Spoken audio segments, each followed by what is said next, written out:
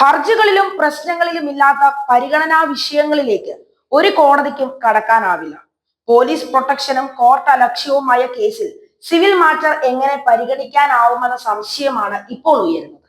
2017 supreme കോടതി വിധി 3 പള്ളികൾക്ക് മാത്രമോ അഥവാ എല്ലാ പള്ളികൾക്കും ബാധകമോ എന്നത് കേരള ഹൈക്കോടതിയിൽ തീർപ്പാക്കിയ പോലീസ് പ്രൊട്ടക്ഷൻ കേസിൽ ഒരു തർക്ക വിഷയമായിരുന്നില്ല. അങ്ങനെ കേരള ഹൈക്കോടതി സ്പർശിക്കാതിരുന്ന ഒരു വിഷയം തർക്കമായി എങ്ങനെ അപ്പീലായി സുപ്രീം കോടതിയിൽ കൊണ്ടുവരാൻ കഴിയും? പോലീസ് പ്രൊട്ടക്ഷൻ കേസ് ക്രിമിനൽ കേസാണ്. ആ ക്രിമിനൽ കേസിൽ എങ്ങനെ ഒരു സിവിൽ കേസ് കേൾക്കാൻ കഴിയും?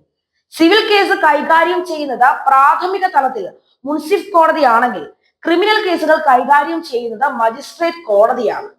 സിവിൽ കേസും ക്രിമിനൽ കേസും ഒരു സ്യൂട്ടിൽ പരിഗണിക്കാൻ കഴിയുകയുമില്ല. പരിഗണിക്കേണ്ടത് 2 വ്യത്യസ്ത സ്യൂട്ടുകളിലാണ്. എന്തുതന്നെയായാലും എല്ലാ കോടതി വിധികളോടും ഓർത്തഡോക്സ് സഭയ്ക്ക് ഒരേ നിലപാടും നിയമം വഴിയുള്ള വ്യവസ്ഥാപിത സമാധാനമാണ് സഭയുടെ ലക്ഷ്യമെന്നും ചെങ്ങന്നൂർ ഭദ്രാസനാധിപൻ ഡോക്ടർ മാത്യൂസ് മാർ തീമോത്തിയോസ് മെത്രാപ്പൊലീത്ത ഫേസ്ബുക്കിൽ കുറിച്ചത് ശ്രദ്ധേയം തന്നെയാണ്.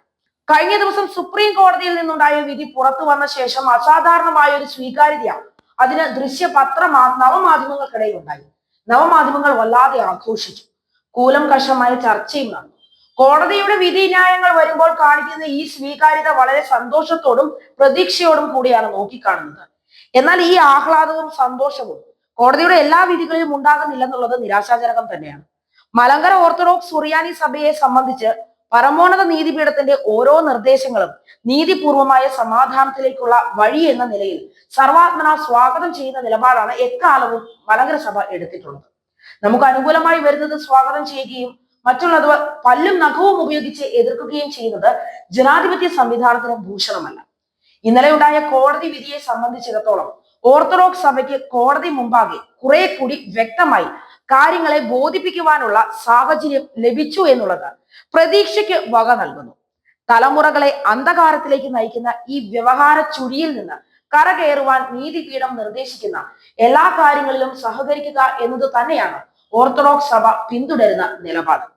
ഇതിനു മുമ്പും ഇരുവശത്തെയും അംഗസംഖ്യയുടെ ലിസ്റ്റ് കണക്കാക്കി കോടതിയുടെ നിരീക്ഷകന്റെ സാന്നിധ്യത്തിൽ എല്ലാ ക്രമീകരണങ്ങളും ചെയ്ത് അതിനാവശ്യമായ കോടതി ചെലവ് ഇരുവിഭാഗവും കെട്ടിവെച്ച് മുന്നോട്ട് പോയപ്പോഴും ഏകപക്ഷീയമായി അതിനെ തള്ളി പുതിയ ഭരണഘടനയും പുതിയ സഭയുമായി പ്രഖ്യാപിച്ചത് ഇന്നും നമ്മുടെ കൺമുന്നിൽ തന്നെയുണ്ട്. അങ്ങനെ പരസ്യമായി നിയമത്തെ വെല്ലുവിളിക്കുന്നവർ ഇന്നലത്തെ കോടതി വിധിയുടെ പശ്ചാത്തലത്തിൽ ആഹ്ലാദിക്കുന്നത് കാണുമ്പോൾ അതിശയം തോന്നുകയാണ്. ഈ സ്വീകാര്യതയും ആഹ്ലാദവും 2002 കാണിച്ചിരുന്നെങ്കിൽ ഇന്ന് ഒരേ കൂടാരത്തിൽ ദൈവത്തെ ഒറ്റ സഭയായി നിന്ന് സ്തുതിക്കുവാൻ സാധിക്കുമായിരുന്നു. നിലവിലെ സാഹചര്യത്തിൽ സഭയുടെ ഇടവകകളുടെ സെമിത്തേരികളിൽ ആരെ സംസ്കരിക്കുന്നു, ആ ആൾ എങ്ങനെയാണ് മരിച്ചത് തുടങ്ങിയ നിയമപരമായ കാര്യങ്ങളൊക്കെ ഇടവക രജിസ്റ്ററുകൾ രേഖപ്പെടുത്തി സൂക്ഷിച്ച് ഉത്തരവാദിത്വത്തോടെ നിറവേറ്റേണ്ടത് അതാത് ഇടവകകളാണ്.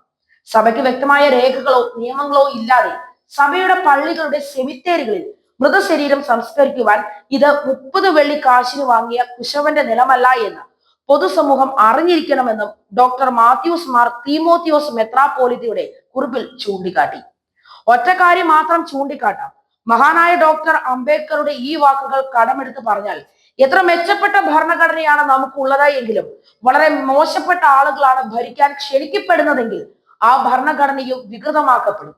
സഭാ കേസിൽ വളരെ വ്യക്തവും നീതിപൂർവമായ സുപ്രീം കോടതി വിധികളാണ് ഉണ്ടായിട്ടുള്ളത്. ഇവയൊക്കെയും ജലരേഖയായി മാറ്റാനുള്ള ശ്രമമാണ് ഇവിടുത്തെ ഭരണ പ്രതിപക്ഷ പാർട്ടികൾ നടത്തിക്കൊണ്ടിരിക്കുന്നത്. അത് തീക്കൊള്ളി കൊണ്ട് ചൊറിയുന്നതിന് തുല്യമാണ് എന്ന് മാത്രം ഓർമ്മിപ്പിക്കുന്നു.